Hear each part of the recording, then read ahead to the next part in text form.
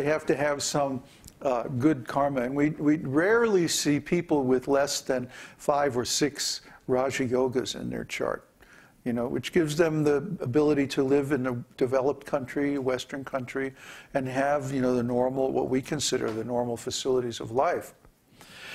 But actually, these things are coming regardless of whether they work or they don't work. This is something that materialistic people find very difficult to understand, that your karma is coming to you whether you work for it or you don't.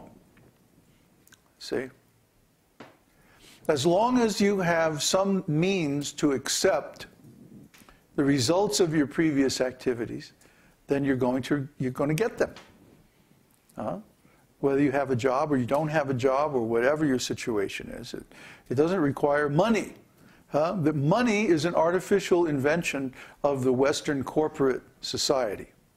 You do not need money. What you need is food, shelter, clothing, association, like that.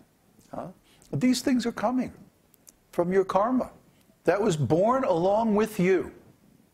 When you took this birth, you also inherited so much results of activities from your previous lifetime. And these things are coming to you. Whether they come through money or they come in other ways, doesn't matter. When I was in India, I lived in temples. So I was always living in a marble palace. I had plenty of food to eat. Sometimes we had too much food to eat, so too much prasadam. All these things were coming. And was I working? Well, no, I was doing devotional service, yeah. I was under the protection of my spiritual master. So, you know, if I had been living outside the temple and working in a job, I would have had the same facilities. I would have lived in a nice place. I would have had nice food and so on like that. All my needs would have been taken care of. But the difference is, if I'm working in business outside the temple, then everything I do is generating karma for my next birth. It's not that we get the results of our karma in this life so much, maybe a little. But most of the results from our karma is in the next life. Similarly, we get the results of our previous life's activities in this life. So people say, well, I can't just do devotional service. I have to work for a living and do all this stuff. No, you don't. You don't. If you just stop working for a living and start preaching, you'll see Krishna will take care of you. That's our experience. That's what we're doing. And it's working. And there's unlimited room for expansion of those activities. There are what? How many billion people in the world now? 7 billion people or something like that? Some ridiculous, absurd number. How many of them are devotees, or how many of them are engaged in some bhakti association? Just a mere handful. Just a few thousand. Probably most of them are in India too. So there's an unlimited scope all over the world for propagating this philosophy. And this philosophy can defeat any other philosophy. So there's an unlimited scope for preaching. And we've built up this preaching mission from nothing over the last 5 or 6 years. And yeah, there are challenges. You have to be fixed up. You have to be advanced. You have to have knowledge. You have to know the scriptures. You have to have studied and learned and contemplated the meaning of all these shastras. You have to be able to put them into practice in your own life and preach from your own experience and your own realization. But I mean, really, is there anything other to do? Is there any other meaningful engagement in this world other than teaching the means to get out of the material existence altogether? I mean, is there really any other thing that's more important to do? Just to put food in your mouth? That's easy. Anybody can do that. Everybody does that. They work and they somehow or other get food. Isn't it?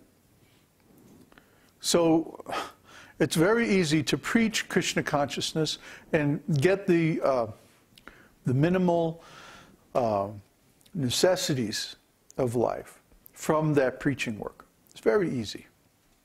And if you apply yourself and use a little bit of intelligence and you manage things nicely, then you can have much more than just the basics or the necessities. You can have a very nice situation. So try to understand this process of Krishna consciousness, this esoteric teaching is so wonderful, it's so powerful. The knowledge is so grand, it's so high. It's knowledge of consciousness and the world of consciousness. See? Knowledge of consciousness is actually much more extensive than knowledge of the material world. Because everybody's consciousness is a platform for unlimited, beautiful pastimes, the exchange of love between the soul and the Supreme Lord. Try to understand. Within you, there is a whole eternal world of possibilities that you can access and you can explore through this process of Krishna consciousness.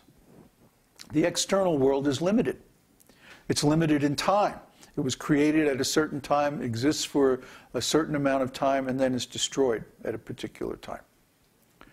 So it's limited by time. It's also limited by space. We are pretty much limited to this thin little bubble of an atmosphere around the planet Earth. We can't go down into the earth, we can't go down into the sea, and we can't go higher than a certain altitude, or we can't breathe. So we're pretty much stuck in this little bubble. So we're limited by space. And our lives are also very limited in time, just 100 years at the most. In this material world, everything is limited. Everything is finite. Everything has boundaries. But the inner world is not limited. There are unlimited possibilities in the inner world. You can go into meditation, then you can just, well, you could do anything you want. And you can do it with Krishna, who is the perfect friend. Why should you be limited by the social possibilities and the emotional possibilities and the relationship possibilities of this ordinary physical world, when you can have an eternal relationship with Krishna that's completely unconditional? Unconditional means it's unlimited. It's not bounded. It's infinite. It has unlimited possibilities. It's like an ocean without any shore, without any bottom. And you could just get lost in that ocean and never come back. And those who attain that spiritual world, they never do come back. That's what Krishna says in Bhagavad-gītā. Those who go there never come back to this material world. Well, why would you want to? This material world is limited in every way. So the body, even the body of a pure devotee, is going to have so many defects. We may not look, so handsome, or we may not have so many qualities that are normally considered desirable or whatever. Actually, this is our good fortune. It means that people aren't going to be interested in exploiting us. So that's the situation of most people. And that's all right. You can still become spiritually advanced. No material qualification necessary. Simply chant the holy name of the Lord. Do devotional service. Understand this teaching. Help to spread it around the world. And you can have a wonderful life of spiritual enlightenment and bliss. This is open to everybody.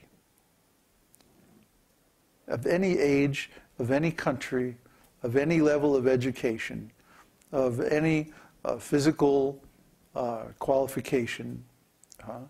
You don't have to be beautiful, rich, famous, or any of that stuff. A little intelligence helps. But even quite ordinary, simple people can understand, if you just love Krishna, then Krishna responds. This is not rocket science. It's love. It's love. The problem is, in the West especially, most of us have been socialized out of the ability to love.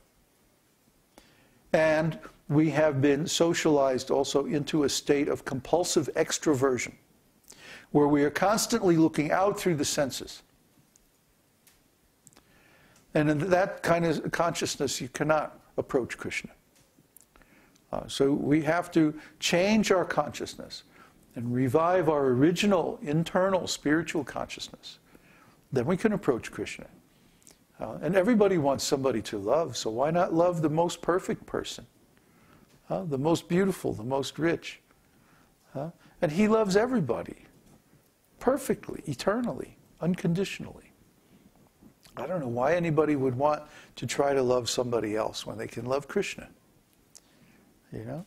This world, the relationships are always full of problems. Well, why not have a relationship where there aren't any problems?